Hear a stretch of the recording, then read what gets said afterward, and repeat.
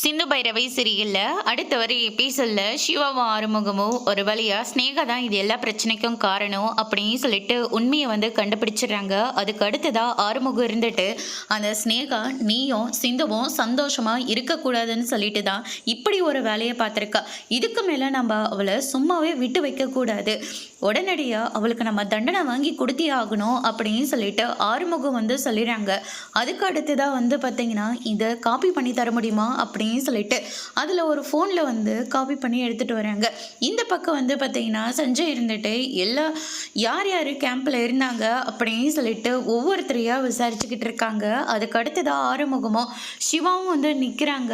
ஆதாரம் கிடைச்சிருச்சு, இதுக்கு சிந்துவை மலையிலேருந்து யார் கீழே தள்ளிவிட்டாங்கன்றா ஆதாரத்தை நாங்கள் தேடி கண்டுபிடிச்சிட்டோம் அப்படின்ற மாதிரி நம்ம சிவா சொல்லிடுறாங்க. அதுக்கு அடுத்ததான் நம்ம பைரவி இருந்துட்டு யார் சிவா அப்படின்னு சொல்லிட்டு கேட்குறாங்க. ஆறுமுகம் இருந்துட்டு எல்லா பிரச்சனைக்கும் காரணம் இந்த சினேகா தான் அப்படின்ற மாதிரி சொல்லிடுறாங்க. இதை கேட்டோன்னே நம்ம சிந்து பைரவி அன்னபூரணின்னு சொல்லிட்டு எல்லாருமே ஷாக் ஆகுறாங்க. அந்த ஸ்னேகாவா?